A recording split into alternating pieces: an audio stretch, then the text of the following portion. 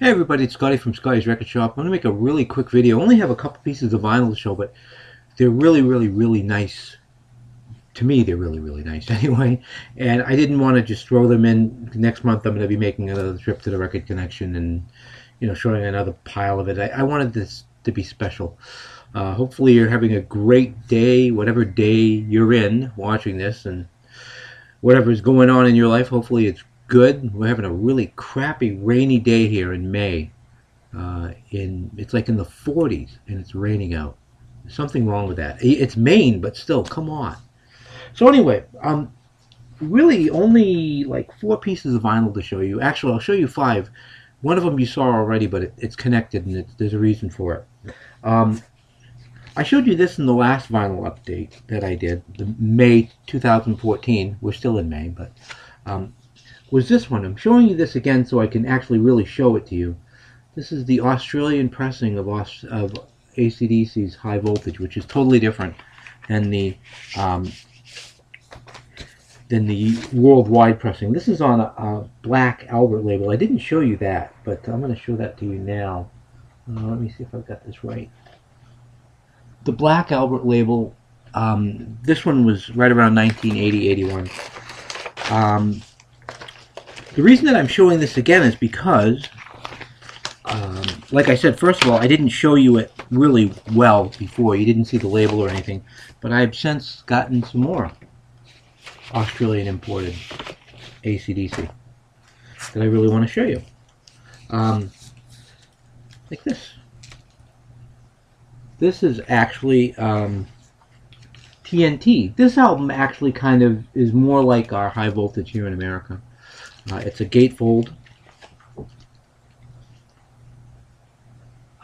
Some of you old fuddy-duddies, like myself, would remember Gem imports.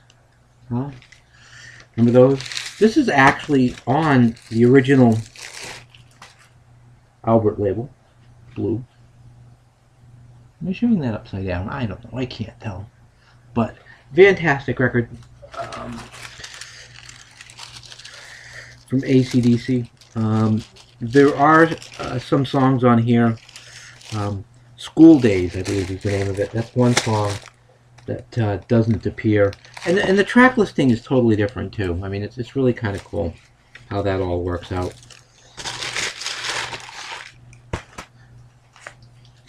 I love this cover. I think this cover just is so much better than the international version of Dirty Deeds done dirt cheap. This is the Australian cover. It's not a gatefold.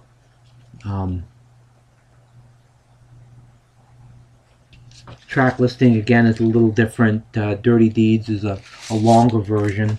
This when I got this, the guy was like, "Yep, it's on the black early '80s Albert Productions." No, it's not. It's on the blue. Very nice.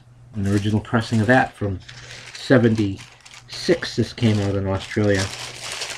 I really wish that AC/DC would issue these, like on 180 gram vinyl for everybody to have, because the original versions of these are just really interesting. How they flow, One more AC/DC. I love this cover too. Let There Be Rock. Check that out. Hopefully you guys are seeing all this. This is again on the Gem imports. You guys either know about Gem or you don't. It's gatefold as well. This as well, I'll pull it out even though I showed you the other ones, is on the original Albert Production label. There you go. Isn't that neat? Very pretty. The international version of this, or the US version, has Problem Child on here, which was actually not originally on here. The actual song that's on the Australian press that's not on other presses is a song called Crab City in Blue. How poetic and appropriate for those guys, huh? Okay, the last thing that I have, I actually talked about this on the Facebook, YouTube, Vinyl Community Facebook page. I was so excited when I found this, and it was so dirt cheap, I went nuts. Sgt Pepper's Lonely Hearts Club Band. What's the big deal? I've already got 2 copies of this. different presses. Doesn't say stereo on top. That means it's a mono. It's in great shape as far as the outside. It doesn't come with the cutouts or anything. It does come with the original, little bit of a seam split on the bottom. The original thing.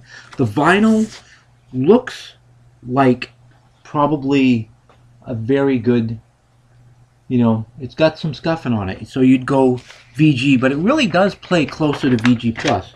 And for the price that I paid for this thing, I just couldn't believe it. And I always wanted a mono copy of Sgt Pepper on vinyl because to me it's a better mix. That's just my personal opinion. Well, a lot of other people's opinion too. But so that's just a quick look at some of the stuff that I've gotten. I'll be back in a couple weeks with another vinyl update and hopefully some more artist profiles. I got a bunch of stuff I want to do. I just don't have the time. So hey, until next time, everybody, peace and love.